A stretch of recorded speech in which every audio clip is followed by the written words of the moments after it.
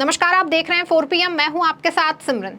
भारतीय राजनीतिक के इतिहास में 2024 का लोकसभा चुनाव खास है। वहीं ये चुनाव देश, संविधान, आरक्षण तथा लोकतंत्र पर आधारित रहा है और चुनाव के नतीजों ने इन्हीं सिद्धांतों को साफ साफ दोहराया है। हालांकि बीजेपी के नेतृत्व वाले एनडीए ने 290 से अधिक सीटें प्राप्त कर बहुमत हासिल कर लिया, लेकिन विपक्ष भी महत्वपूर्ण स्थिति में उभर कर सामने आया है। वहीं जनता का फैसला इससे अधिक स्पष्ट नहीं हो सकता था। इसका आशय है कि जनता चाहती है कि विभिन्न समुदायों और क्षेत्रों की राजनीतिक आकांक्षाओं के प्रति बीजेपी का रुख अधिक समझौतेवादी और कम टकरावपूर्ण हो। परिणाम बीजेपी को जवाबदेह बनाता है और पहले से अधिक रचनात्मक और कल्याणकारी योजनाओं के लागू होने की मांग करता है।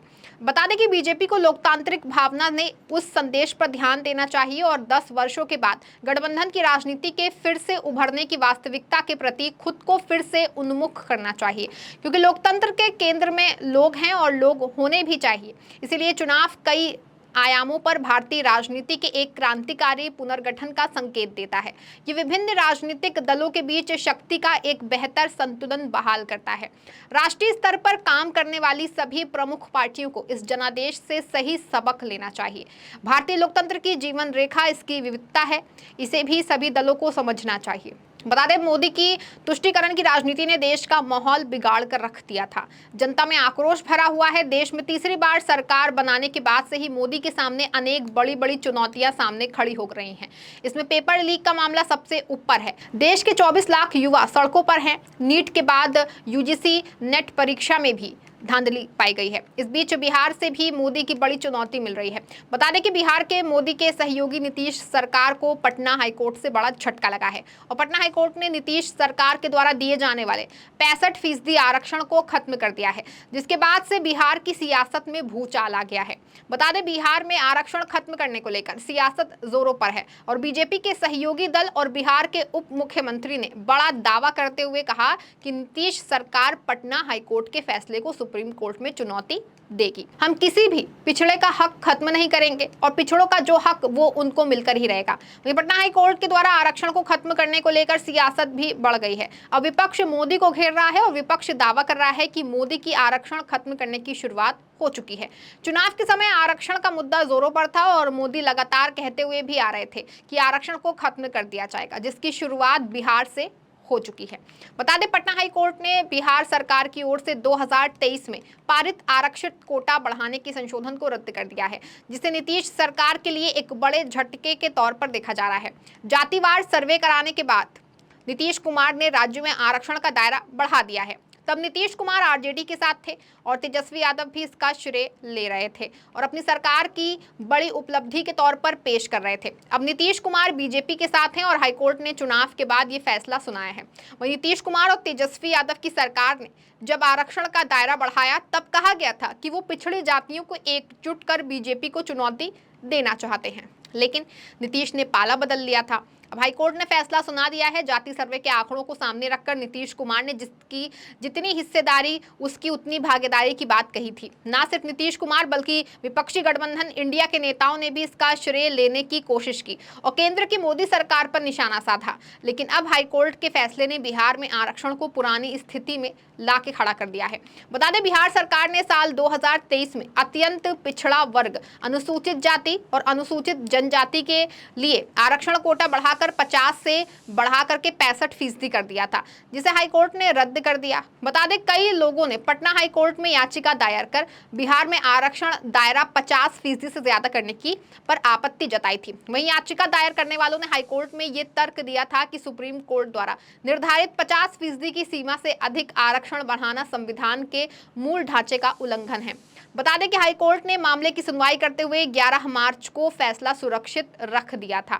वहीं गुरुवार को चीफ जस्टिस के विनोद चंद्रन और जस्टिस हरीश कुमार की बेंच ने बढ़े हुए आरक्षण को रद्द कर दिया और कोर्ट ने कहा कि यह असंवैधानिक है और संविधान के अनुच्छेद 14, 15 और 16 के तहत मान्यता के अधिकार का उल्लंघन करता है। फिलहाल राज्य में जनता दल यूनाइटेड और भारतीय जनता पार्टी की गठबंधन की सरकार है। सरकार में उप मुख्यमंत्री और बीजेपी नेता सम्राट चौधरी का कहना है कि हाईकोर्ट के फैसले को सुप्रीम कोर्ट में चुनौती देंगे। वहीं मीडिया से बात करते उन्होंने कहा कि भारतीय जनता पार्टी का स्पष्ट मानना है कि बिहार में पिछड़ों, अति पिछड़ों, दलितों और आदिवासियों का आरक्षण बढ़ना चाहिए। बिहार में सबको आरक्षण है, इसीलिए बिहार की सरकार सुप्रीम कोर्ट जाएगी और वहां से बिहार के लोगों को न्याय दिलाने का काम करेगी। बता दें, हाईकोर्ट के फैसले के बाद राष्ट्रीय जनता दल नीतीश कुमार के साथ साथ बीजेपी पर भी हमलावर है।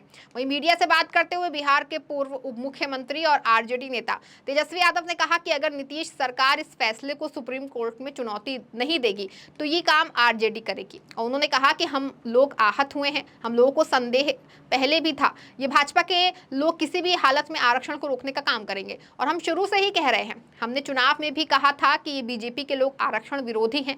आप लोगों को पता होगा कि जब हमने जाति आधारित सर्वे करवाई थी तब भी बीजेपी के लोगों ने इस तरह से कोर्ट में पीआईएल करवाकर रुकवाने का प्रयास किया था, लेकिन आखिर में हमारी जीत हुई। बता दें, तेजस्वी ने सरकार पर हमला बोलते हुए कहा कि हम लोगों ने इसे शेड्यूल 9 में डालने की कोशिश की थी ताकि ये तमिलनाडु की तर्ज पर सुरक्षित रहे, लेकिन तब से अब तक 6 महीने हो गए हैं। भाजपा और केंद्र सरकार ने इसे पूरा नहीं किया है क्योंकि माननीय मुख्यमंत्री जी अब चुप्पी साधे हुए हैं।